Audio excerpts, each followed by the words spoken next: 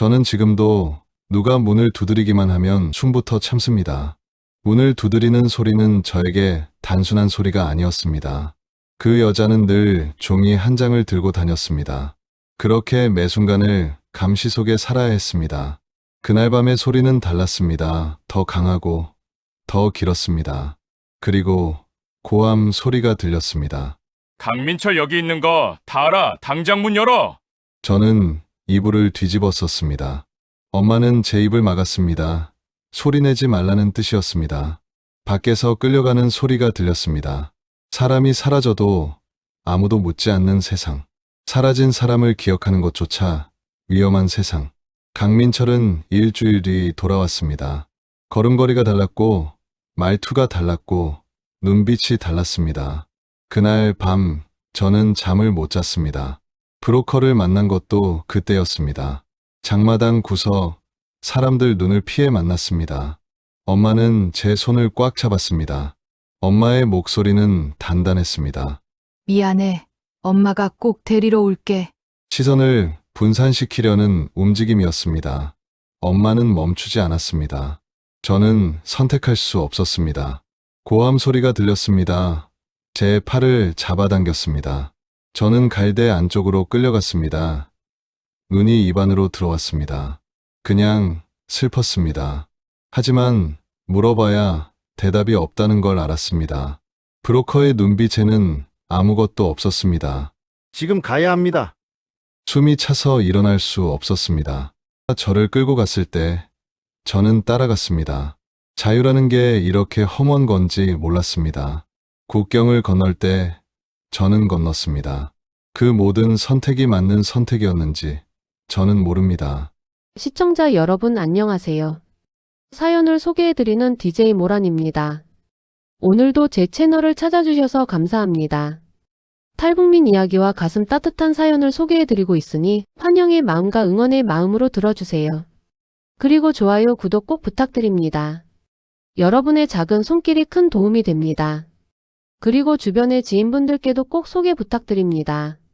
오늘 사연을 소개해 주실 분은 북에서 엄마와 함께 사셨던 태성님의 이야기입니다. 문 두드리는 소리, 종이 한 장. 그리고 갈대밭에서의 이별과 재회. 1년 반을 기다린 끝에 다시 만난 엄마와의 이야기를 담아주셨어요. 따뜻한 마음으로 경청 부탁드립니다. 그럼 지금부터 이야기 시작해보겠습니다. 저는 지금도 누가 문을 두드리기만 하면 춤부터 참습니다. 소리가 들리면 목이 먼저 마르고 손이 차가워집니다. 한국에 와서도 그 습관이 남아있어서 가끔은 제가 제 몸을 미워할 때도 있습니다. 머리로는 괜찮다고 하는데 몸이 먼저 굳어버리니까요. 문을 두드리는 소리는 저에게 단순한 소리가 아니었습니다. 그 소리는 기록이 시작되는 소리였고 누군가가 내 삶을 들여다보는 소리였고 내가 내 마음대로 숨 쉬지 못한다는 신호였습니다. 제가 살던 동네는 겨울이면 바람이 칼처럼 불었습니다.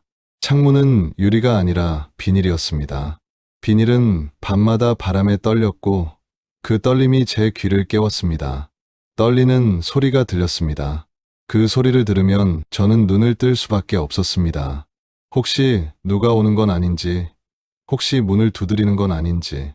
문틈에는 신문지를 끼워 넣었습니다. 신문지는 따뜻함을 막는 게 아니라 불안을 막는 것 같았습니다. 흔들리면 저는 괜히 눈을 떴습니다.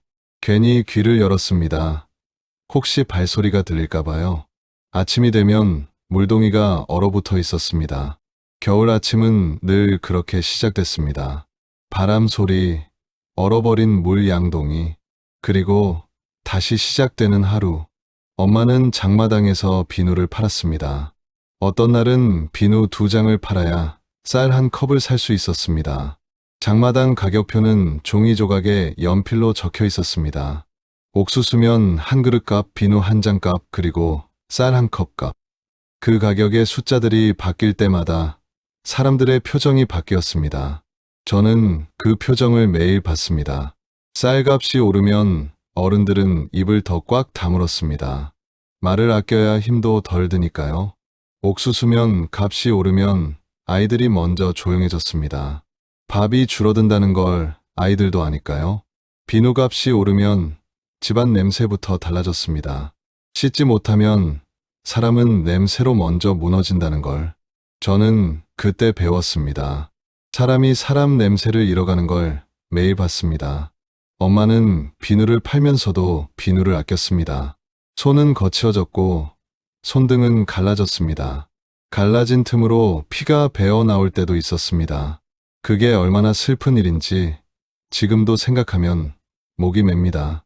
동네에는 리그목이라는 여자가 있었습니다. 인민반장입니다. 겉으로는 웃는 얼굴을 하고 다녔지만 눈은 늘 차가웠습니다. 그 여자는 늘 종이 한 장을 들고 다녔습니다. 누가 어디를 갔는지, 누굴 만났는지, 무엇을 샀는지, 심지어 누가 무슨 말을 했는지까지 그런 것들이 그 종이에 적혔습니다. 저는 그 종이가 사람 목을 조이는 끈처럼 보였습니다. 그렇게 매 순간을 감시 속에 살아야 했습니다. 사람들이 리그목을 보면 먼저 고개를 숙였습니다. 잘못해서가 아니라 습관처럼요. 인사를 하기도 전에 고개가 먼저 숙여졌습니다. 그 습관이 저는 무서웠습니다. 사람이 사람 앞에서 작아지는 게 너무 자연스러워 보여서요. 어른들도 아이들도 모두가 그 종이 앞에서는 작아졌습니다. 리그목은 늘 정해진 시간에 우리 집을 찾아왔습니다. 해가 지고 난 뒤 밤 냄새가 겨우 퍼질 때, 사람들이 집에 들어와 조용해질 때, 그때 문을 두드렸습니다. 짧고 단호한 소리였습니다. 그 소리의 리듬은 늘 같았습니다. 그 소리가 들리면 엄마는 손을 닦지도 못하고 저를 먼저 봤습니다. 국을 끓이다가도, 빨래를 하다가도, 무엇을 하다가도 저는 그 눈빛을 잊을 수 없습니다. 괜찮아 라고 말하는 눈빛이 아니라 무조건 조심해, 말하지 마 라고 말하는 눈빛이었습니다. 엄마의 눈빛을 볼 때마다 어깨가 더 안쪽으로 말려들었습니다. 숨도 더 얕아졌습니다. 어느 날부터 아버지가 집에 늦게 들어오는 날이 늘었습니다.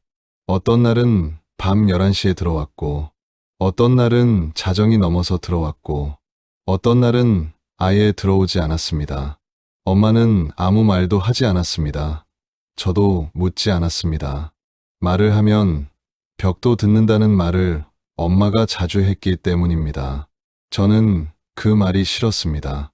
벽이 듣는 세상이라면 그건 집이 아니라 감옥이라고 생각했으니까요. 아버지가 없는 밤이 늘어날수록 집은 더 조용해졌습니다. 조용한 게 안전한 건지 위험한 건지 알 수 없었습니다.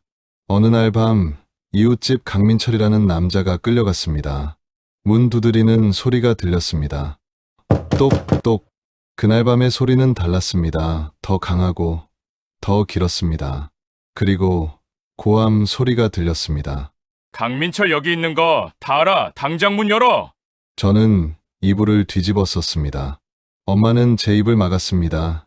소리내지 말라는 뜻이었습니다. 밖에서 끌려가는 소리가 들렸습니다. 왜 그러세요? 저 아무것도 안 했어요. 가서 그렇게 이야기해. 조용히 하고 따라와. 정말 아무것도 안 했다니까요. 발버둥 치는 소리, 끌려가는 소리, 울부짖는 소리. 그 소리들이 점점 멀어졌습니다. 다음 날 아침, 강민철의 집은 조용했습니다. 문은 반쯤 열려 있었고 집 안은 어질러져 있었습니다. 사람들은 그 집 앞을 지나갈 때 고개를 돌렸습니다. 쳐다보지도 않았습니다. 마치 그 집이 원래 없었던 것처럼. 저는 그게 더 무서웠습니다. 사람이 사라져도 아무도 묻지 않는 세상. 사라진 사람을 기억하는 것조차 위험한 세상. 강민철은 일주일 뒤 돌아왔습니다. 하지만 예전의 강민철이 아니었습니다. 걸음걸이가 달랐고 말투가 달랐고 눈빛이 달랐습니다. 사람들은 그를 피했습니다. 한번 끌려갔다 온 사람은 더 이상 같은 사람이 아니었습니다. 누구도 그에게 말을 걸지 않았습니다. 서로의 눈치만 보고 있었습니다. 어느 밤 문이 두드려졌습니다. 평소보다 더 강하고 더 짧게. 엄마는 제 팔을 강하게 잡았습니다. 그 힘이 너무 강해서 멍이 들 정도였습니다. 나중에 팔을 보니 엄마 손가락 자국이 파랗게 남아 있었습니다. 저는 그 순간 입이 말라서 대답도 못했습니다. 리그목이 들어와 종이를 펼쳤습니다. 종이 넘기는 소리는 칼 갈리는 소리처럼 들렸습니다. 리그목은 엄마를 보지 않고 종이만 봤습니다. 종이를 보며 말했습니다. 명화 동무 남편 최근 귀가가 늦는데 무슨 일 있습니까? 그 한마디에 집 안 공기가 얼어붙었습니다. 엄마는 대답하지 않았습니다. 대답할 수 없었습니다. 리그목은 계속 종이만 봤습니다. 어제는 집에 들어왔습니까? 그저께도 늦지 않았습니까? 지난주에도 2번 집에 들어오지 않았습니다. 숫자가 정확했습니다. 날짜가 정확했습니다. 모든 것이 그 종이에 기록돼 있었습니다. 그날 이후 우리 집은 달라졌습니다. 이웃들은 눈을 피했습니다. 길에서 마주쳐도 먼저 고개를 돌렸습니다. 인사를 해도 대답이 없었습니다. 어제까지 웃으며 말을 걸던 사람들이 오늘은 모른 척했습니다. 강민철이 끌려갔다 온 뒤와 똑같았습니다. 우리 집도 그 집처럼 됐습니다. 장마당에서는 물건값을 더 불렀습니다. 엄마가 비누를 내놓으면 사람들은 고개를 저었습니다. 오늘은 필요 없어요. 다음에 살게요. 그 말 속에 담긴 거리감을 저는 느꼈습니다. 똑같은 비누인데 어제는 샀고 오늘은 안 샀습니다. 값도 같은데 어제는 괜찮았고 오늘은 괜찮지 않답니다. 변한 건 비누가 아니라 우리였습니다. 병원에 가도 대기표 같은 건 없었습니다. 순서가 됐는데도 계속 기다리라고 했습니다. 다른 사람들이 먼저 들어갔습니다. 저희보다 늦게 온 사람도 먼저 들어갔습니다. 약이 없어서 소금을 권했습니다. 염분이 있으면 좀 나아질 겁니다. 풀뿌리를 다려 마시라는 말도 들었습니다. 산에 가면 풀뿌리가 있습니다. 그걸 캐서 다려 드세요. 그런 말을 들을 때 제 마음이 아팠습니다. 아픈 사람에게 해줄 수 있는 것이 그 정도밖에 없다는 게 너무나도 잔인했으니까요. 엄마는 점점 말이 없어졌습니다. 원래도 말이 적었는데 더 적어졌습니다. 하루 종일 10마디도 안 하는 날이 많았습니다. 말이 없어질수록 엄마의 손은 더 빨라졌습니다. 쌀을 씻고 불리고 밥을 짓고 비누를 잘게 잘라 숨겨두고 장마당에 나갈 준비를 하고 옷을 꿰매고 빨래를 하고 집안을 정리하고 마치 엄마는 기계처럼 움직였습니다. 생각하지 않고 느끼지 않고 그냥 움직였습니다. 저는 알았습니다. 엄마는 떠날 준비를 하고 있다는 거요. 강민철처럼 끌려가기 전에 스스로 떠나려는 거라는 거요. 엄마는 장마당에서 비누 한 장을 팔아도 쌀을 사지 않았습니다. 대신 돈을 숨겼습니다. 1,000조각 안에 조심스럽게 접어 넣었습니다. 그 1,000조각은 엄마가 직접 꿰맨 거였습니다. 안주머니처럼 만들어서 허리춤에 묶었습니다. 그 1,000조각을 만질 때 엄마의 손은 떨렸습니다. 저는 그걸 보면서 심장이 철렁 내려앉았습니다. 그 돈이 밥이 아니라 길이 된다는 뜻이었으니까요. 엄마는 제가 눈치챈 걸 알았는지 제 손을 잡고 잠깐 웃었습니다. 그 웃음이 너무 슬퍼서 저는 눈을 돌렸습니다. 웃는 얼굴인데 눈물이 날 것 같았으니까요. 엄마는 집안의 물건을 하나씩 팔기 시작했습니다. 처음에는 그릇 몇 개를 팔았습니다. 도자기 그릇, 녹그릇, 작은 접시들. 그 다음에는 옷가지를 팔았습니다. 아버지 옷, 할머니가 입던 옷, 명절 때 입던 옷. 손이 거칠어질수록 갈라진 손등에 상처가 늘어갈수록 엄마는 더 단단해졌습니다. 저는 그 단단함이 무서웠습니다. 사람이 이렇게까지 견뎌야 하나 싶어서요. 엄마가 단단해질수록 저는 불안했습니다. 단단한 사람은 부서지면 한 번에 부서지니까요. 어느 날 밤 엄마가 저를 불렀습니다. 엄마는 작은 목소리로 말했습니다. 여기서는 숨 쉬는 것도 죄가 될 수 있다.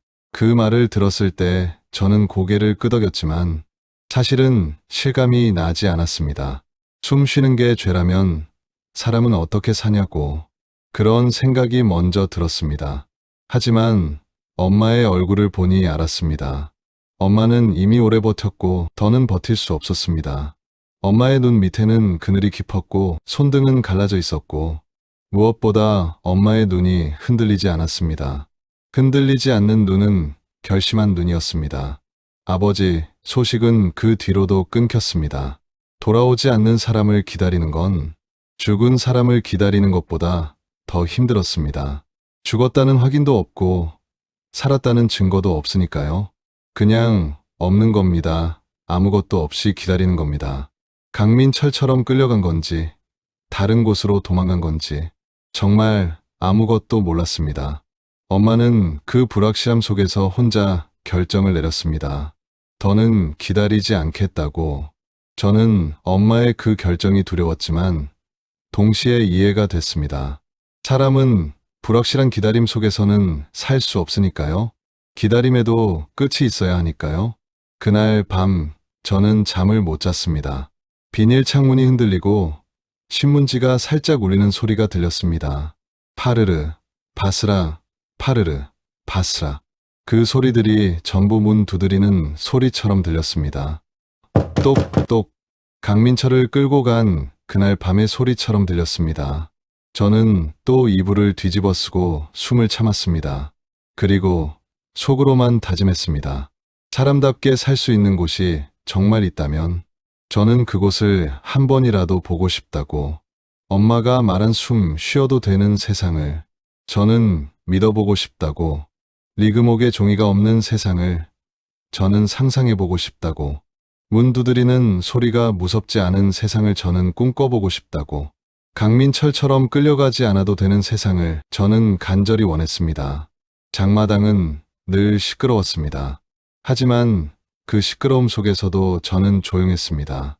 가격이 오르는 날에는 더 조용했습니다. 저는 그 침묵이 무서웠습니다. 아이가 배고파도 울지 못하는 세상이라는 게요. 배고픔보다 침묵이 먼저 오는 세상이 저는 이해가 안 됐습니다. 하지만 그게 우리가 사는 방식이었습니다. 찬물에 빨래를 하고 장마당에서 비누를 만지고 집에 와서 또 설거지를 하고 손등에 갈라진 틈이 벌어져서 피가 배어 나올 때도 있었습니다. 하지만 엄마는 늘 말했습니다. 사람은 씻지 못해도 살 수 있지만 굶고선 살 수 없어. 그 말을 들을 때마다 저는 고개를 숙였습니다. 장마당 가격표는 매일 바뀌었습니다. 아침에 갔을 때와 저녁에 갔을 때가 달랐습니다. 숫자가 오를 때마다 사람들의 얼굴이 굳었습니다. 가격표는 종이 한 장이었지만 사람의 하루를 결정하는 종이었습니다. 어떤 사람은 가격표를 보고 그냥 돌아섰습니다. 쌀을 살 수 없으니 장마당에 올 이유가 없었습니다. 어떤 사람은 가격표를 보고 한숨을 쉬었습니다. 그 한숨 소리가 저는 무서웠습니다. 사람이 숨쉬는 것조차 힘들어하는 소리 같았으니까요. 저는 그 종이를 볼 때마다 마음이 먼저 무너졌습니다. 숫자 하나가 사람을 이렇게 쉽게 무너뜨릴 수 있다는 게요. 해가 중천에 떴을 때, 사람들이 가장 많을 때, 그때 또 다른 남자 반장이 나타났습니다. 반장이 종이를 펼칠 때마다 사람들의 목소리가 작아졌습니다. 방금까지 흥정하던 사람들도 입을 다물었습니다. 웃는 얼굴도 종이 앞에서는 힘이 없었습니다. 반장은 천천히 걸었습니다. 누가 무엇을 파는지 보고, 누가 무엇을 사는지 보고, 그걸 종이에 적었습니다. 연필로 긁적이는 소리가 들렸습니다. 사가, 사가. 그 소리를 들으면 사람들은 긴장했습니다. 혹시 내 이름이 적히는 건 아닐까? 혹시 내가 산 물건이 기록되는 건 아닐까? 사람이 종이 한 장 앞에서 이렇게 작아질 수 있다는 거요. 어느 날 엄마 옆에서 비누를 팔던 박순녀라는 여자가 사라졌습니다. 전날까지 있었는데 그 다음 날 아침부터 보이지 않았습니다. 자리는 그대로 있었습니다. 비누도 그대로 있었습니다. 하지만 사람은 없었습니다. 사람들은 수군거렸습니다. 어제 리그목이 왔었지? 종이에 뭔가 적더라. 박순녀가 중국 물건을 샀다던데. 저는 그 말을 듣고 소름이 돋았습니다. 중국 물건을 샀다는 게 왜 문제가 되는지 저는 몰랐습니다. 엄마는 그날 일찍 장을 접었습니다. 비누를 다 팔지도 않았는데 집으로 돌아왔습니다. 집에 오자마자 엄마는 1,000조각을 꺼냈습니다. 돈을 세었습니다. 1장, 2장, 3장. 손이 떨렸습니다. 엄마, 왜 그래요? 저는 물었지만 엄마는 대답하지 않았습니다. 그냥 돈을 세고 접고 다시 1,000조각 안에 넣었습니다. 엄마는 몰래 돈을 모았습니다. 비누 1장 팔면 쌀은 조금만 사고 나머지는 1,000조각 안에 숨겼습니다. 1,000조각은 엄마가 직접 꿰맨 거였습니다. 작은 주머니처럼 만들어서 허리춤 안쪽에 묶었습니다. 옷 안쪽이라 밖에서는 보이지 않았습니다. 그 1,000조각을 만질 때마다 엄마의 표정이 잠깐 달라졌습니다. 기도하는 사람처럼 조용했습니다.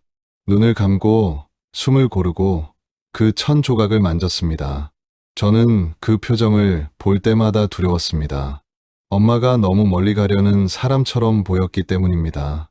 제가 따라갈 수 없는 곳으로 가려는 사람처럼 보였습니다. 브로커를 만난 것도 그때였습니다. 장마당 구석, 사람들 눈을 피해 만났습니다. 해가 지고 난 뒤 어둠이 내렸을 때 남자는 얼굴을 제대로 보여주지 않았습니다. 모자를 깊이 눌러쓰고 목도리로 얼굴을 가렸습니다. 말은 짧았습니다. 500달러는 주셔야 합니다. 엄마는 고개를 끄덕였습니다. 둘이면 1,000달러네요. 그렇습니다. 저는 그 순간 숨이 막혔습니다. 500달러라는 숫자가 얼마나 큰 돈인지 저도 알았으니까요. 엄마가 비누를 몇 장이나 팔아야 하는지 계산이 됐으니까요. 엄마는 매일 돈을 모았습니다.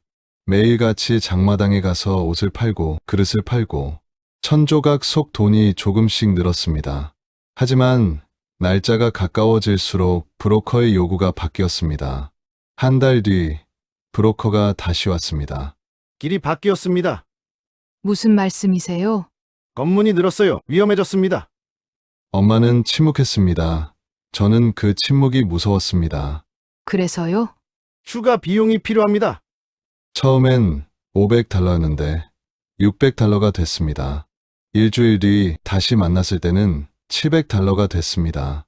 또 길이 바뀌었습니다. 계속 바뀌네요. 이러다 못 가는 건 아니겠죠? 엄마의 목소리에 힘이 없었습니다. 브로커는 대답하지 않았습니다. 그냥 숫자만 말했습니다. 한 명당 700달러이니 미리 준비하세요. 저는 그 말을 들을 때마다 속이 뒤틀렸습니다. 우리가 속고 있다는 걸 알면서도 다른 방법이 없었으니까요. 엄마도 알았을 겁니다. 하지만 선택의 여지가 없었습니다. 엄마는 집안의 물건을 더 팔았습니다. 그릇 몇 개를 더 팔았습니다. 할머니가 아끼던 녹그릇도 팔았습니다. 그 그릇은 할머니가 돌아가시기 전에 엄마한테 준 거였습니다. 팔지 말라고 했던 그릇이었습니다. 명절 때 입던 옷도 팔았습니다. 이불도 팔았습니다. 겨울 이불 한 채를 팔고 얇은 이불만 남겼습니다. 추워도 참을 수 있다고 엄마는 말했습니다. 그리고 마지막에는 비누 1장까지 팔았습니다. 장사하던 비누를 팔아서 길을 샀습니다. 저는 너무 비참했습니다. 그리고 이틀 뒤 박순녀가 돌아왔습니다. 하지만 예전의 박순녀가 아니었습니다. 얼굴은 퉁퉁 부어 있었고 걸음걸이도 달랐습니다. 사람들은 쳐다만 봤습니다. 아무도 말을 걸지 않았습니다. 박순녀는 장마당에 나왔지만 물건을 팔지 못했습니다. 사람들이 사지 않았습니다. 저는 그 모습을 보며 알았습니다. 한번 찍히면 끝이라는 거요. 박순녀는 사흘 뒤 다시 사라졌습니다. 이번에는 영영 돌아오지 않았습니다. 엄마는 그 모습을 보고 더 조심했습니다. 장마당에서도 말을 아꼈고 집에서도 말을 아꼈습니다. 1,000조각을 만질 때도 주위를 먼저 살폈습니다. 브로커를 만날 때도 더 깊은 어둠 속에서 만났습니다. 저는 엄마가 점점 그림자처럼 변하는 걸 봤습니다. 소리 없이 움직이고 표정 없이 웃고 말 없이 살았습니다. 출발 일주일 전 브로커가 또 왔습니다. 이번에는 목소리가 달랐습니다. 낮고 차갑고 단호했습니다. 엄마만 먼저 보내겠습니다. 그 말을 듣는 순간 저는 손이 떨렸습니다. 입이 말랐습니다. 엄마도 얼어붙었습니다. 무슨 말씀이세요? 처음엔 같이 간다고 했잖아요. 엄마의 목소리가 떨렸습니다. 브로커는 고개를 저었습니다. 지금은 위험합니다. 한 명씩만 보낼 수 있어요. 왜요? 왜 갑자기요? 검문이 심해졌습니다. 둘이 가면 들킬 확률이 높습니다. 엄마는 말이 없었습니다. 저도 말이 없었습니다. 그 침묵 속에서 저는 엄마를 봤습니다. 엄마도 저를 봤습니다. 그 눈빛 속에 뭔가가 있었습니다. 불안, 두려움, 그리고 미안함. 저는 그 순간 엄마를 의심하게 됐습니다. 혹시 엄마가 저를 두고 가려는 건 아닐까? 혹시 엄마가 브로커와 짜고 저를 속이는 건 아닐까? 박순녀처럼 저를 버리고 가려는 건 아닐까? 그런 생각이 머릿속을 채웠습니다. 이성적으로는 말이 안 되는 생각이었습니다. 하지만 감정은 이성을 이겼습니다. 엄마는 제 손을 꽉 잡았습니다. 엄마가 먼저 가서 길을 확인하고 너를 데리러 올게. 엄마의 목소리는 단단했습니다. 하지만 그 단단함이 오히려 저를 불안하게 만들었습니다. 너무 단단한 목소리는 거짓말처럼 들렸으니까요. 정말요? 정말이지. 조금만 기다려줘. 하지만 저는 믿을 수 없었습니다. 엄마의 손은 늘 따뜻했는데 그날은 이상하게 차갑게 느껴졌습니다. 온기가 느껴지지 않았습니다.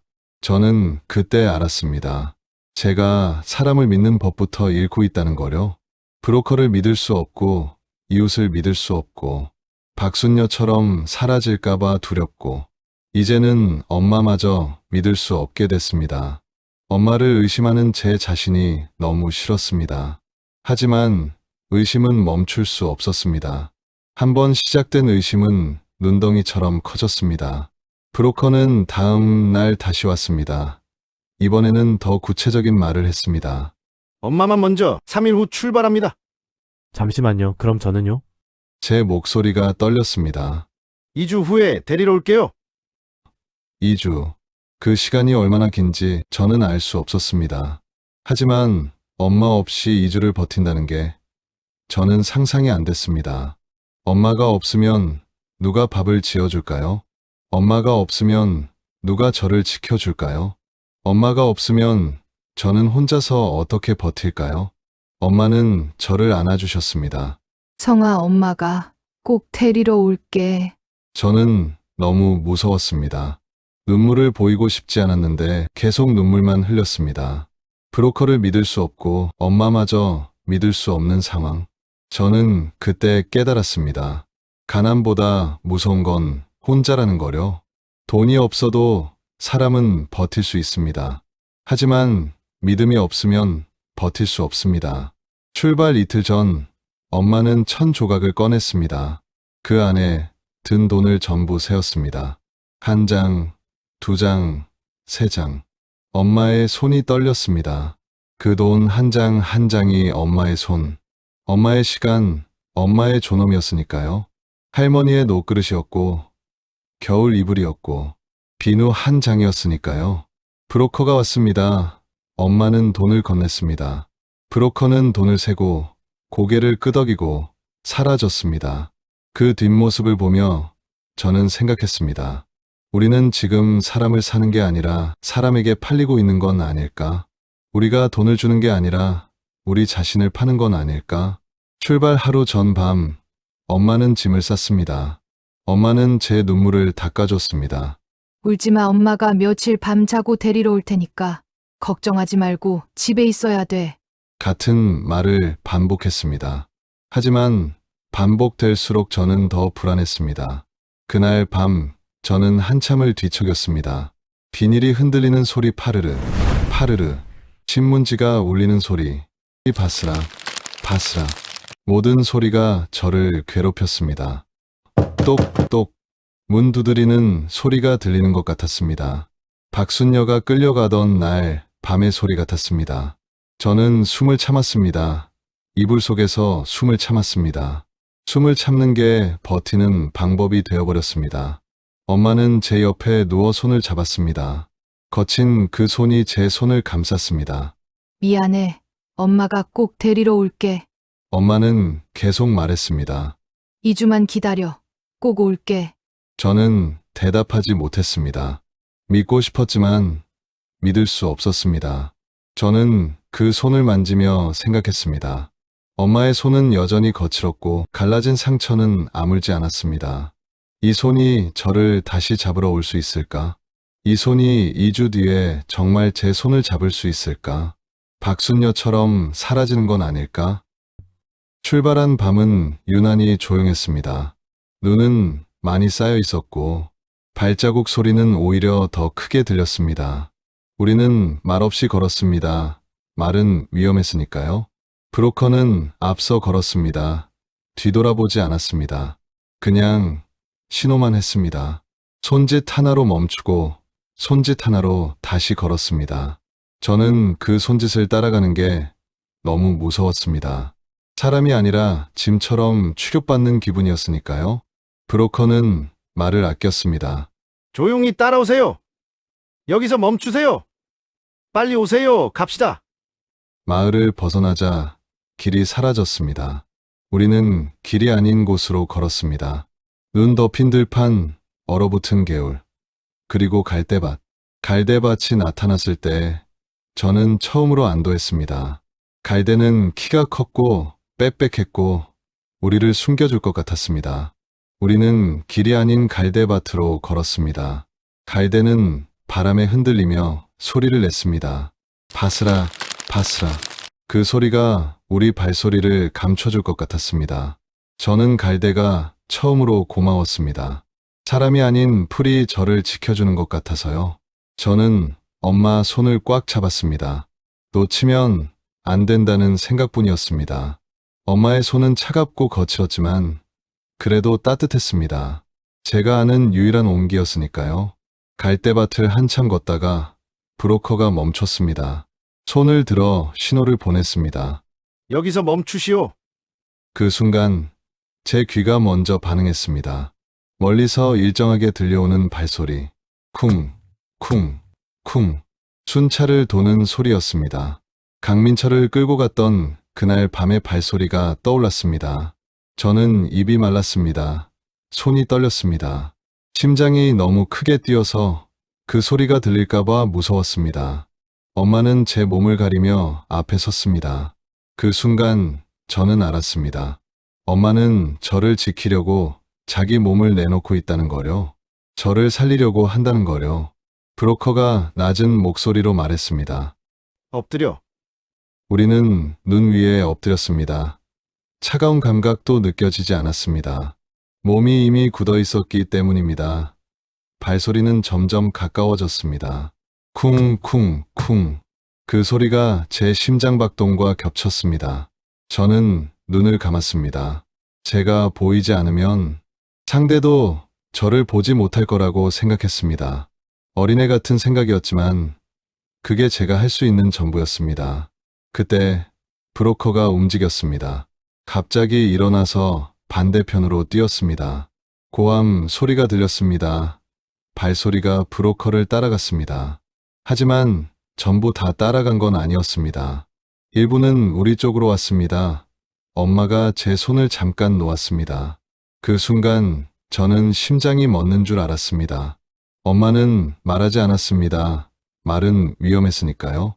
하지만 눈빛으로 말했습니다. 성아, 움직이지 말고 여기 있어. 저는 고개를 저었습니다. 엄마는 천천히 일어났습니다. 브로커가 뛴 방향이 아니라 다른 방향으로 걸었습니다. 시선을 분산시키려는 움직임이었습니다. 저는 엄마를 잡아당기지 못했습니다. 움직이면 소리가 날까봐, 그 소리가 엄마를 더 위험하게 할까봐. 그래서 저는 그냥 엎드려 있었습니다. 눈 속에 얼굴을 받고 숨을 참고 엄마의 뒷모습만 봤습니다. 엄마가 갈대 사이로 천천히 걸어갔습니다. 발소리가 엄마를 따라갔습니다. 고함 소리가 들렸습니다. 엄마는 멈추지 않았습니다. 계속 걸었습니다. 저는 엄마가 왜 멈추지 않는지 알았습니다. 멈추면 저를 찾을까봐 계속 걸어서 더 멀리 유인하려는 거였습니다. 거기 누구야? 고함이 더 가까워졌습니다. 엄마의 목소리는 들리지 않았습니다. 대답하지 않았습니다. 발소리만 들렸습니다. 엄마의 발소리, 순찰의 발소리, 그 발소리들이 점점 멀어졌습니다. 저는 눈을 감았습니다. 엄마의 얼굴이 떠올랐습니다. 마지막으로 본 엄마의 눈빛. 말하지 마세요. 숨어야 합니다. 얼마나 시간이 흘렀는지 모릅니다. 발소리가 완전히 사라진 뒤에도 저는 움직이지 못했습니다. 브로커도 보이지 않았습니다. 엄마도 보이지 않았습니다. 저 혼자만 갈대밭에 남았습니다. 갈대는 계속 흔들렸습니다. 바스락, 바스락. 모든 소리가 군인들 발소리처럼 들렸습니다. 저는 숨을 참았습니다. 한참을 그렇게 있다가 누군가 제 어깨를 잡았습니다. 저는 비명을 지르려다가 입을 막혔습니다. 브로커였습니다. 조용히 따라오세요. 브로커의 옷은 찢어져 있었고 얼굴에는 피가 묻어 있었습니다. 엄마는요? 제 목소리가 떨렸습니다. 브로커는 고개를 저었습니다. 모르겠어요. 지금 길을 잃어버린 것 같아요. 어떻게 모를 수가 있어요? 찾아봐야겠지만 일단 지금은 가야 해요. 시간이 없어요. 저는 그 말이 믿기지 않았습니다. 엄마가 저를 위해 자기 몸을 내놓았는데 저는 그냥 가야 한다고요? 엄마를 찾아야 해요. 지금 가지 않으면 우리도 잡힙니다. 브로커의 목소리는 차갑고 단호했습니다. 엄마 없이는 못 가요. 선택하세요. 지금 가지 않으면 여기 남아야 합니다. 저는 선택할 수 없었습니다. 어떤 선택도 맞는 것 같지 않았습니다. 하지만 브로커는 기다려주지 않았습니다. 제 팔을 잡아당겼습니다. 저는 갈대 안쪽으로 끌려갔습니다. 눈이 입 안으로 들어왔습니다. 숨을 쉬면 들킬 것 같았습니다. 그래서 저는 그냥 끌려갔습니다. 뒤를 돌아보지도 못하고 엄마 이름을 부르지도 못하고 그냥 끌려갔습니다. 멀리서 소리가 들렸습니다. 니네 다 어디서 왔어? 문서, 검사! 신분증 내놔! 저는 귀를 막고 싶었습니다. 그 소리를 듣고 싶지 않았습니다. 하지만 손은 엄마를 향해 뻗어 있었습니다. 엄마의 목소리는 들리지 않았습니다. 아니, 들리지 않는 게 아니라 들을 수 없었습니다. 제가 너무 멀리 끌려왔기 때문입니다. 닿지 않는 손, 잡을 수 없는 손, 시간이 얼마나 흘렀는지 모릅니다. 발소리가 멀어졌을 때 브로커는 멈췄습니다. 빨리 일어나세요. 저는 일어났습니다. 뒤를 돌아봤습니다. 엄마는 보이지 않았습니다. 갈대만 바람에 흔들렸습니다. 똑같이 바스락, 바스락. 하지만 이제 그 소리는 고맙지 않았습니다. 그냥 슬펐습니다. 우리 엄마는 못 찾았나요? 제 목소리가 떨렸습니다. 브로커는 고개를 저었습니다. 엄마 좀 찾아주세요. 다른 길로 갔으면 거기로 가면 되잖아요. 너희 엄마가 직접 찾아오는 방법밖에 없어. 나도 살려고 이쪽으로 뛰는 바람에 다 흩어졌어. 저는 그 말을 믿을 수 없었습니다.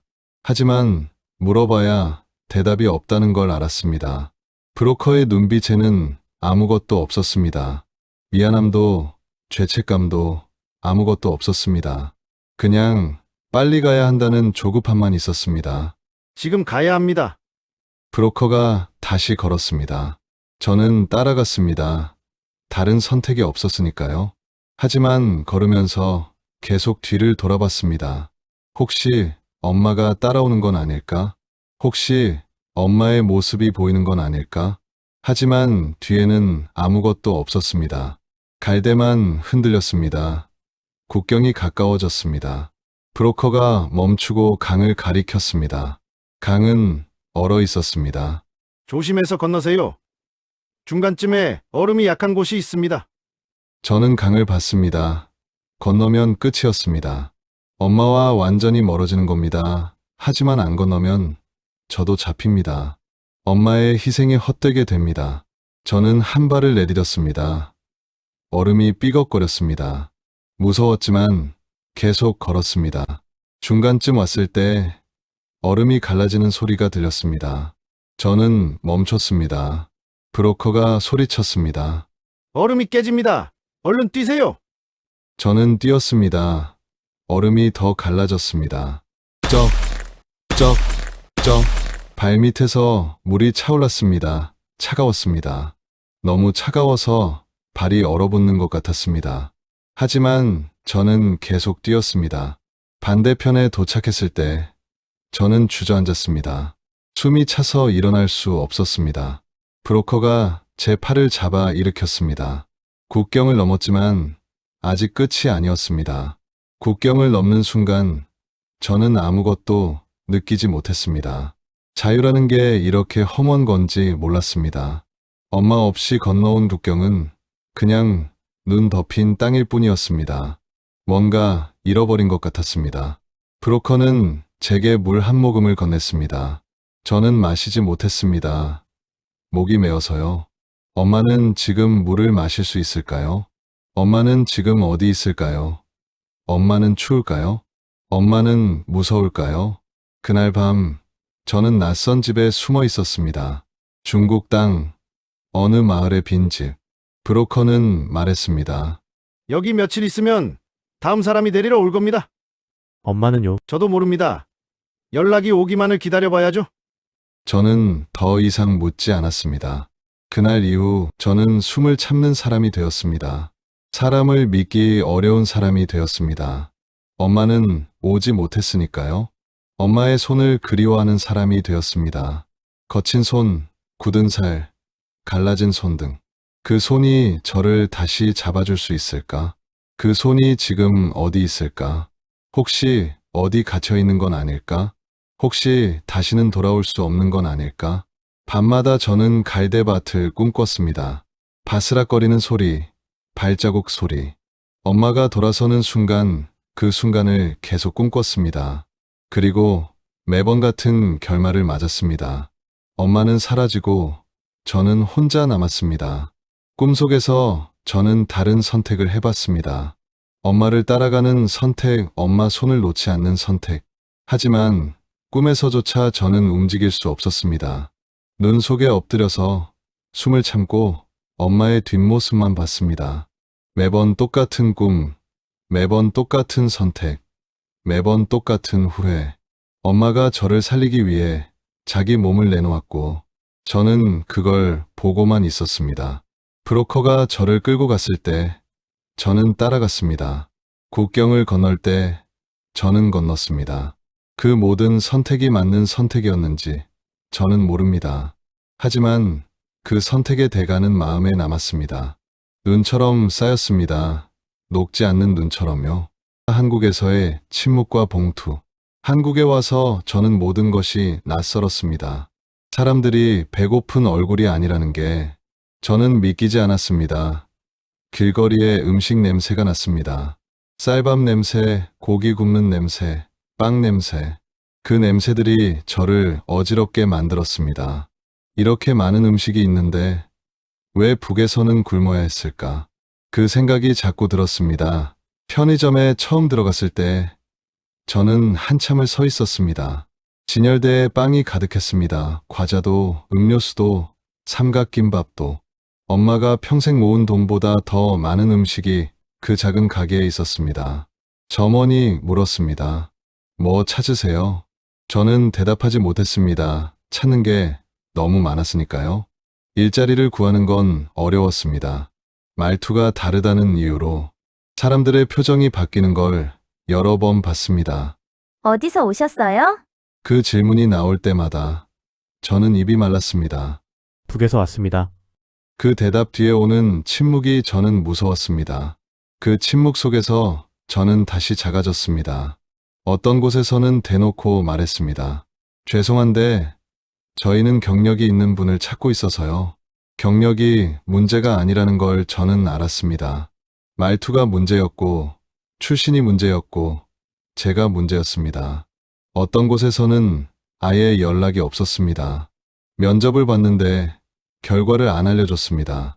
저는 그게 더 힘들었습니다. 거절도 제대로 못 받는 사람이 된 것 같아서요. 결국 공단 구내식당에서 일을 시작했습니다. 감자 깎고 양파 썰고 국 끓이는 일 반복되는 일상이었습니다. 칼질 소리 탁, 탁, 탁, 국 끓는 소리 보글보글. 그 소리들이 저를 잠깐 살게 했습니다. 생각을 멈추게 해줬으니까요. 갈대밭 생각, 엄마 생각, 그날 밤 생각. 그 모든 생각을 칼질 소리가 잠깐 지워줬습니다. 감자를 깎을 때 저는 엄마를 떠올렸습니다. 엄마도 늘 감자를 큼직하게 깎았습니다. 작게 깎으면 아까우니까 큼직하게 깎아야 한다고 했습니다. 저는 엄마의 방식대로 감자를 깎았습니다. 식당 주인이 한번 물었습니다. 감자를 왜 그렇게 크게 깎아요? 저는 대답하지 못했습니다. 엄마 이야기를 할 수 없었으니까요. 저는 밤이 오면 다시 귀가 열렸습니다. 문 두드리는 소리가 들리는 것 같았습니다. 똑똑. 저는 자다가도 벌떡 일어났습니다. 심장이 뛰고 손이 떨렸습니다. 저는 여전히 두려웠습니다. 몸이 기억하고 있었으니까요. 원룸 창문에도 신문지를 끼웠습니다. 신문지가 흔들리는 소리를 들으면 집 같았으니까요. 바스라 바스라. 하지만 그 소리는 갈대밭 소리이기도 했습니다. 저는 신문지를 뗐다가 다시 끼우고 다시 뗐다가 다시 끼웠습니다. 어느 것도 편하지 않았습니다. 엄마를 찾으려 했습니다. 적십자에 문의했습니다. 탈북자 지원 단체에도 연락했습니다. 하지만 돌아오는 대답은 늘 같았습니다. 흔적이 없습니다. 확인이 안 됩니다. 계속 찾아보겠습니다. 그 말들 사이에서 저는 매일 무너졌습니다. 흔적이 없다는 말이 가장 무서웠습니다. 죽었다는 말도 아니고 살았다는 말도 아니고 그냥 흔적이 없다는 말. 엄마가 세상에 존재했던 증거조차 사라진 것 같았습니다. 저는 그 말을 들을 때마다 엄마의 손을 떠올렸습니다. 천 조각을 만지던 손, 제 팔을 잡던 손. 3개월이 지나고 6개월이 지나고 1년이 지났습니다. 엄마 소식은 없었습니다. 저는 점점 포기하는 법을 배웠습니다. 아니, 포기가 아니라 받아들이는 법을요. 엄마는 안 올 수도 있다는 걸, 엄마를 다시 못 볼 수도 있다는 걸. 상담을 받기 시작한 건 그때였습니다. 직장에서 소개해줬습니다. 표정이 너무 어두워요. 상담 한번 받아보는 게 어때요? 저는 거절했습니다. 하지만 계속 권유했고 결국 갔습니다. 상담사는 제 몸을 먼저 봤습니다. 손이 떨리는 느낌이나 제 입이 마르는 것, 또 어깨가 안으로 말리는 부분 같은 것을 보았습니다. 그리고 말했습니다. 여기서는 숨을 쉬어도 괜찮아요. 하지만 저는 그 말을 믿을 수 없었습니다. 엄마도 그 말을 했습니다. 여기서는 숨 쉬는 것도 죄가 될 수 있다. 그런데 상담사는 정반대 말을 했습니다. 숨을 쉬어도 괜찮다. 어느 말이 진짜일까요? 머리로는 이해해도 몸은 따라주지 않았습니다. 문 두드리는 소리만 들어도 굳었고 갑자기 큰 소리가 나면 움찔했습니다. 상담사는 천천히 물었습니다. 엄마 이야기를 해볼 수 있을까요? 저는 고개를 저었습니다. 하고 싶지 않아요. 괜찮아요. 안 해도 돼요. 하지만 몇 주가 지나고 저는 조금씩 말했습니다. 갈대밭 이야기, 엄마가 돌아선 이야기, 제가 엎드려 있던 이야기. 말하면서 눈물이 났습니다. 상담사는 휴지를 건넸습니다. 많이 힘들었겠어요. 상담사는 말했습니다. 엄마를 보내는 연습을 해보는 건 어떨까요? 저는 그 말에 화가 났습니다. 어떻게 엄마를 보내요? 엄마가 어디 있는지도 모르는데요. 어디 있는지 몰라도 마음속에서는 정리할 수 있어요. 정리요? 엄마를 정리하라고요? 목소리가 커졌습니다. 상담사는 차분히 말했습니다. 보낸다는 건 잊는다는 뜻이 아니에요. 그럼 뭔데요? 붙잡는 방식을 바꾸는 거예요. 저는 그 말을 이해하지 못했습니다. 하지만 해보기로 했습니다. 안 하면 제가 무너질 것 같았으니까요. 상담사는 봉투 하나를 건넸습니다. 엄마에 대한 기억을 여기에 담아보세요. 저는 사진이 없다고 말했습니다. 함께 찍은 사진이 한 장도 없었습니다. 북에서는 사진을 찍을 여유가 없었으니까요. 상담사는 말했습니다. 그럼 글로 적어보세요. 엄마의 얼굴, 손, 목소리. 기억나는 모든 것을요. 저는 엄마의 얼굴을 글로 적었습니다. 웃으면 작아지는 눈, 거친 손, 굳은 살, 갈라진 손등, 비누 파는 엄마, 장마당에서 가격표 보는 엄마, 천 조각에 돈 숨기는 엄마, 제 손을 잡던 엄마, 갈대밭에서 돌아선 엄마. 글을 쓸수록 눈물이 났습니다. 종이가 젖었습니다. 하지만 멈출 수 없었습니다. 이걸 멈추면 엄마가 정말 사라질 것 같았으니까요. 엄마가 마지막으로 한 말도 적었습니다. 2주 후에 데리러 올게. 그 약속은 지켜지지 않았습니다. 하지만 저는 적었습니다. 그 약속도 엄마였으니까요. 거짓말이 아니라 엄마가 진심으로 믿었던 약속이었으니까요. 봉투가 두꺼워질수록 엄마의 무게가 느껴졌습니다. 그 무게가 저를 눌렀습니다. 상담사는 말했습니다. 이제 봉투를 내려놓는 연습을 해봐요. 저는 고개를 저었습니다. 못해요. 이걸 내려놓으면 엄마가 사라져요. 상담사는 제 손을 잡았습니다. 내려놓는다고 사라지는 게 아니에요. 엄마는 여기 있어요. 상담사는 제 가슴을 가리켰습니다. 봉투를 내려놓아도 엄마는 여기 남아요. 저는 믿을 수 없었습니다. 가슴에 남는다는 게 무슨 뜻인지 몰랐습니다. 저는 봉투를 내려놓는 연습을 했습니다. 하지만 손가락이 쉽게 떨어지지 않았습니다. 봉투를 놓으면 엄마와의 마지막 연결이 끊어지는 것 같았습니다. 박순녀처럼 사라지는 것 같았습니다. 그래서 저는 계속 봉투를 붙잡았습니다. 저는 그때 깨달았습니다. 저는 여전히 갈대밭에 서 있다는 거요. 엄마가 돌아선 그 순간에 멈춰 있다는 거요. 제 몸은 한국에 왔지만 마음은 아직 그곳에 있었습니다. 눈 덮인 갈대밭, 바스락거리는 소리, 엄마의 뒷모습. 일은 계속했습니다. 감자를 깎고 양파를 썰고 국을 끓였습니다. 칼질 소리가 저를 깨웠고 국 끓는 소리가 저를 진정시켰습니다. 탁, 탁, 탁, 보글보글. 그 소리들 속에서 저는 간신히 버텼습니다. 하지만 밤이 되면 다시 봉투를 꺼냈습니다. 엄마의 얼굴을 읽었습니다. 그렇게 저는 하루하루를 견뎠습니다. 어느 날 상담사가 물었습니다. 엄마가 지금 여기 있다면 뭐라고 말할 것 같아요? 저는 한참을 생각했습니다. 그리고 대답했습니다. 우리 성이 아프지 말고 굶지 말고 잘 살아라 하셨을 것 같아요. 상담사는 고개를 끄덕였습니다. 그럼 그렇게 해보는 건 어떨까요? 엄마가 원하는 대로요. 저는 그 말을 마음에 담았습니다. 하지만 실천하기는 어려웠습니다. 잘 산다는 게 뭔지 몰랐고, 잘 먹는다는 게 뭔지 몰랐고, 그냥 살아있다는 게 뭔지도 몰랐습니다. 북에서는 한 끼 굶지 않는 게 전부였습니다. 여기서는 살아가야 했습니다. 그 차이를 저는 몰랐습니다. 그래서 저는 매일 일어났습니다. 낮에는 열심히 일하고 밤에는 봉투를 꺼냈습니다. 그게 제가 할 수 있는 전부였습니다. 1년 반이 지났습니다. 엄마 소식은 여전히 없었습니다. 하지만 저는 조금씩 배웠습니다.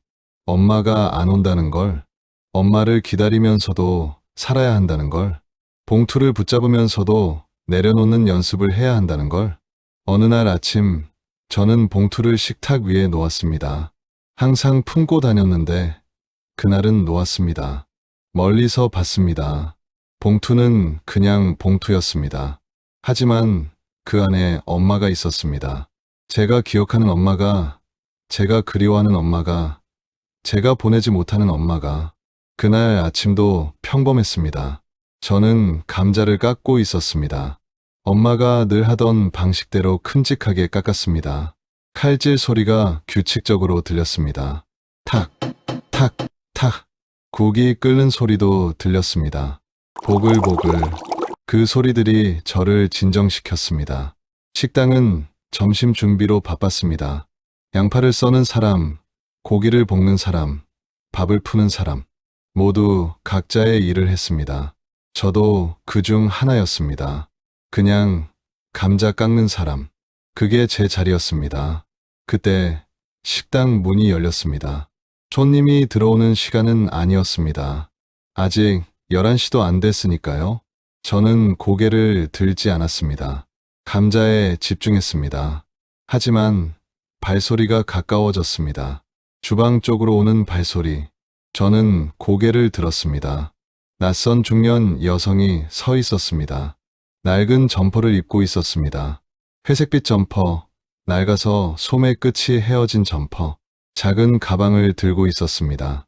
천 가방, 구멍이 난 가방. 손은 거칠어 보였습니다. 저는 그 손을 보는 순간 심장이 멈춘 것 같았습니다. 손등이 갈라져 있었습니다. 굳은 살이 박혀 있었습니다. 겨울에 찬물로 빨래하면 생기는 손, 장마당에서 비누를 만지면 생기는 손. 저는 그 손을 알았습니다. 하지만 믿을 수 없었습니다. 그 여성이 저를 봤습니다. 그리고 입을 열었습니다. 혹시 너 성인이? 그 한마디에 저는 멈췄습니다. 성이, 북에서 쓰던 제 애칭이었습니다. 엄마만 부르던 이름이었습니다. 손에서 감자가 떨어졌습니다. 바닥에 떨어져서 굴러갔습니다. 칼도 떨어졌습니다. 땡그랑. 쇠소리가 식당에 울렸습니다. 저는 그 여성을 봤습니다. 얼굴은 달라 보였습니다. 더 야위었고 더 늙어 보였습니다. 주름이 더 깊어졌고 눈 밑 그늘도 더 짙어졌습니다. 머리카락에는 흰머리가 많았습니다. 1년 반 전에는 없던 흰머리였습니다. 하지만 그 손을 보는 순간 알았습니다. 엄마였습니다. 손이 떨렸습니다. 입이 말랐습니다. 숨이 들어오지 않았습니다. 그냥 서 있을 수밖에 없었습니다. 칼을 떨어뜨린 채로, 감자를 바닥에 떨어뜨린 채로 그냥 서 있었습니다. 엄마가 천천히 다가왔습니다.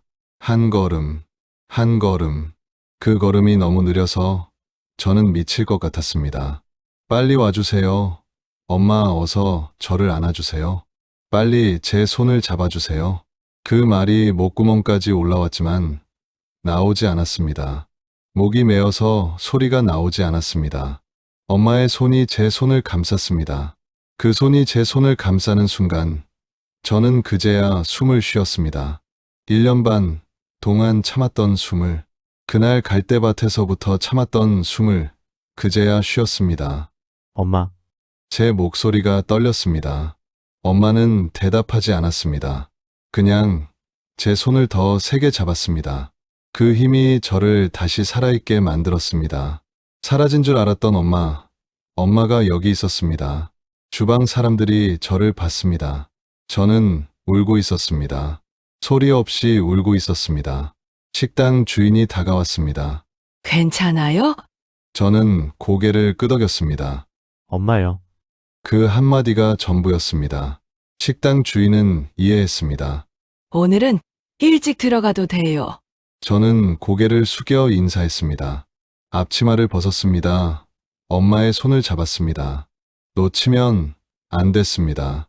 또 놓치면 안 됐습니다. 밖으로 나왔는데 햇살이 눈부셨습니다. 엄마는 눈을 가늘게 떴습니다. 오랜만에 보는 햇살 같았습니다. 저는 엄마를 봤습니다. 너무 떨려서 말이 나오지 않았습니다. 엄마는 천천히 말했습니다. 미안해. 늦었어. 저는 고개를 저었습니다. 아니에요. 살아서 왔잖아요. 엄마의 눈에 눈물이 고였습니다. 하지만 흘리지 않았습니다. 엄마는 눈물을 참는 사람이었습니다.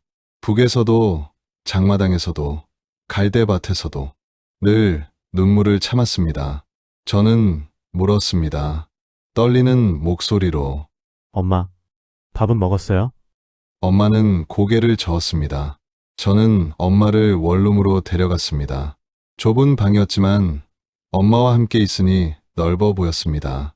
저는 국을 끓였습니다. 감자를 큼직하게 깎아서 넣었습니다. 엄마 방식대로 파를 썰고 된장을 풀고 끓였습니다. 보글보글. 그 소리를 들으며 엄마는 방을 둘러봤습니다. 성아, 여기서 살아? 엄마가 물었습니다. 엄마는 제 손을 잡았습니다. 저는 상을 차렸습니다. 밥 2그릇, 국 2그릇, 김치. 엄마는 천천히 먹었습니다. 한 숟갈, 한 숟갈. 그 느린 식사가 저에게는 기적이었습니다. 엄마가 살아있다는 증거였으니까요. 엄마가 여기 있다는 증거였으니까요. 엄마는 밥을 다 먹지 못했습니다. 반도 먹지 못했습니다. 저는 알았습니다. 오래 굶으면 배가 작아진다는 걸. 식사를 마친 엄마가 말했습니다. 그날 엄마는 제 손을 다시 잡았습니다. 갈대밭에서 잡혔어. 엄마의 목소리는 담담했습니다. 순찰이 나를 쫓아왔고 나는 계속 도망쳤어. 하지만 결국 잡혔어. 저는 엄마 손을 더 세게 잡았습니다. 끌려갔어. 조사를 받았어. 어디 가려고 했냐고, 누구를 만나려고 했냐고. 나는 대답하지 않았어. 엄마는 잠깐 멈췄습니다. 그리고 계속 말했습니다. 대답하지 않았다고 6개월 동안 한 군데에 갇혀 있었어. 6개월. 그 시간이 얼마나 긴지 저는 알 수 없었습니다. 하지만 엄마의 얼굴을 보니 알았습니다. 그 시간이 얼마나 길었는지. 그 뒤 나는 다시 탈북을 시도했어. 브로커를 또 찾았고 다시 처음부터 돈을 모았어. 6개월 정도 모으니 돈이 되더라고. 그렇게 다시 출발했어. 엄마는 1년을 더 북에 있었습니다. 저를 찾기 위해, 저한테 오기 위해. 중국에 넘어와서 너를 열심히 찾았는데 너는 이미 한국에 갔더라고. 그래서 나도 한국으로 왔어. 한국으로 넘어온 지 이제 3개월 정도 되었어. 저는 숨이 막혔습니다. 3개월 전, 엄마는 3개월 전에 한국에 왔습니다. 그동안 전 뭐 했을까요? 적십자에 물어보고 탈북자 단체에 물어보고 하염없이 너만 찾아다녔는데 이렇게 오늘 만나게 되다니. 엄마는 너무 미안하고 고마워. 엄마의 목소리가 떨렸습니다. 미안해. 늦었어. 저는 고개를 저었습니다. 아니에요. 2주 후에 데리러 온다고 약속했는데 1년 반이나 걸렸어. 너무 미안해. 괜찮아요. 왔잖아요. 저는 울었습니다. 소리 내서 울었습니다. 엄마도 울었습니다. 처음으로 엄마가 소리 내서 우는 걸 봤습니다. 북에서는 울지 않았습니다. 장마당에서도, 집에서도, 갈대밭에서도 늘 참았습니다. 하지만 여기서는 울었습니다. 저는 봉투 이야기를 했습니다. 엄마를 보내는 연습을 했다고.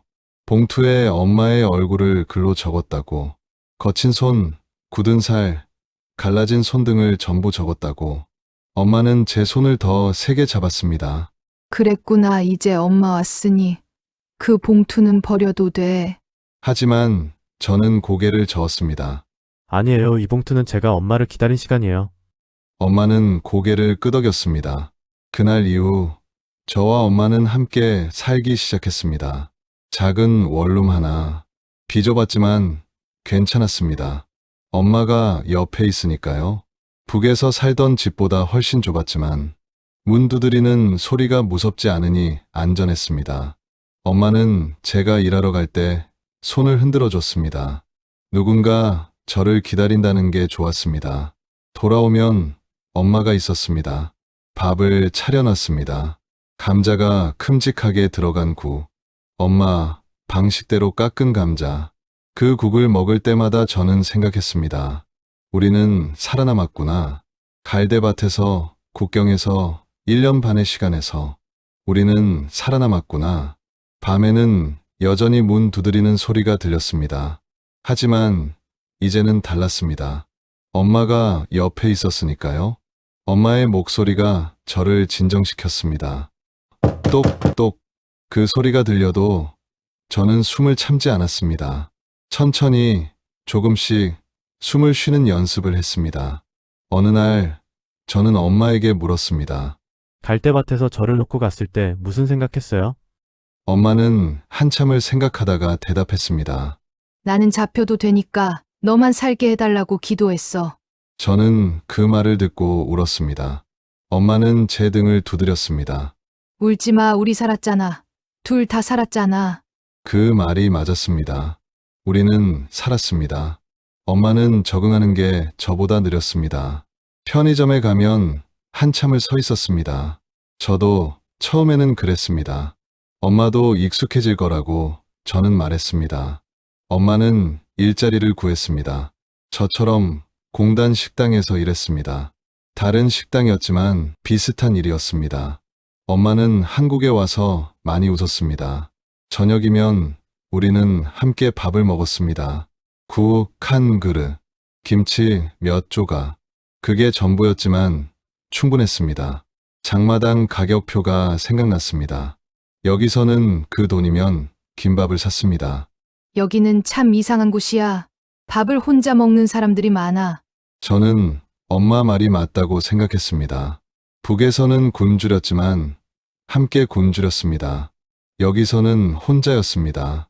음식은 많은데 혼자 먹었습니다. 하지만 이제는 달랐습니다. 엄마가 있으니까요. 가끔 저는 갈대밭을 꿈꿉니다. 하지만 이제는 악몽이 아닙니다. 꿈속에서 엄마는 돌아옵니다. 제 손을 잡아줍니다. 그리고 저는 깨어납니다. 저는 엄마의 손을 봅니다.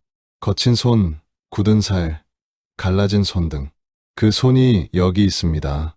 어느 일요일 우리는 함께 시장에 갔습니다. 재래시장이었습니다. 장마당과 비슷했지만 달랐습니다. 엄마와 함께 시장에 오니 즐거웠습니다. 엄마는 감자를 샀습니다. 오늘은 내가 국 끓여줄게. 집에 와서 엄마는 감자를 깎았습니다. 그 손이 얼마나 그리웠는지. 보글보글. 그 소리를 들으며 저는 생각했습니다. 사람은 결국 사랑으로 다시 살아난다는 거요. 엄마의 손. 함께 먹는 국 한 그릇. 그게 전부였습니다. 그게 저를 다시 살게 했습니다. 엄마는 제 옆에서 웃습니다. 저는 이제 숨을 참지 않으려고 합니다. 엄마와 함께 있으니 이제 편하게 쉬어도 됩니다. 천천히, 조금씩요. 봉투는 아직도 제 방에 있습니다. 서랍 깊숙이 넣어뒀습니다. 버리지 않았습니다. 그 안에는 제가 엄마를 기다린 시간이 들어있으니까요. 그 시간도 소중하니까요. 가끔 저는 그 봉투를 꺼냅니다. 엄마와 함께 있습니다. 우리는 함께 웃습니다. 과거의 엄마와 현재의 엄마와 저 이렇게 셋이 함께 있는 것 같습니다. 엄마는 가끔 북 이야기를 합니다. 장마당 이야기, 리그목 이야기, 갈대밭 이야기. 이제는 들을 수 있습니다. 엄마가 옆에 있으니까요. 어느 날 엄마가 물었습니다. 한국에 와서 사는 거 후회되진 않지? 저는 한참을 생각했습니다. 저는 대답했습니다. 엄마랑 함께여서 너무 좋아요. 그날 절 두고 가신 건 미안해하지 마세요.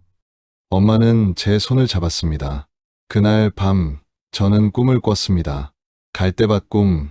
하지만 이번에는 달랐습니다. 엄마가 돌아왔습니다. 우리는 함께 걸었습니다. 꿈에서 깨어났을 때 엄마가 옆에 있었습니다. 자고 있었습니다. 엄마의 고른 숨소리가 들렸습니다. 저는 엄마 손을 봤습니다. 거친 손, 굳은 살, 갈라진 손 등. 제가 그토록 보고 싶었던 그 손이 지금 여기 저와 함께 있습니다. 안녕하세요. 저는 오늘 사연의 주인공 태성입니다. 오늘 제 사연을 들려드렸는데 어떠셨나요? 저는 다시 생각하며 이야기하니 눈물이 계속 나오네요. 여러분이라면 엄마와 손을 놓던 밤 어떻게 하시겠어요? 그날 밤 갈대밭에서 저는 어떤 선택을 했어야 했을까요? 엄마를 따라가야 했을까요? 아니면 엎드려 숨어야 했을까요? 저는 오랫동안 그 질문에 답을 찾지 못했습니다. 매일 밤 그 질문을 했었습니다. 정답은 없는 것 같아요. 중요한 건 선택이 아니라 살아남는 것이었어요. 엄마는 저를 살리기 위해 자기 목숨을 내놓았고 그 덕에 저는 살아남았고 결국 다시 만났습니다. 혹시 여러분 중에 누군가를 기다리는 분이 있다면 다시 만날 거라는 희망 버리지 마세요. 그렇게 믿고 기다리다 보면 언젠가는 다시 만나실 수 있을 겁니다. 저와 엄마처럼요. 감사합니다. 사연을 보내주신 태성님 정말 감사드립니다. 2년 가까이 되는 시간 동안 얼마나 힘드셨을까요? 하지만 포기하지 않으셨고 결국 다시 만나셨네요. 정말 기적 같은 이야기입니다. 한국에서의 새로운 삶을 응원합니다. 마지막으로 구독과 좋아요 눌러주세요. 제게 큰 힘이 됩니다. 다음에 더 좋은 이야기로 찾아뵙겠습니다. 댓글로 태성님 가족에게 응원의 말씀 적어주세요. 그리고 여러분도 소중한 사람에게 오늘 꼭 연락해 보세요. 사랑한다고 보고 싶다고 할 수 있을 때 이야기하세요. 그럼 오늘도 행복 가득한 하루 되세요.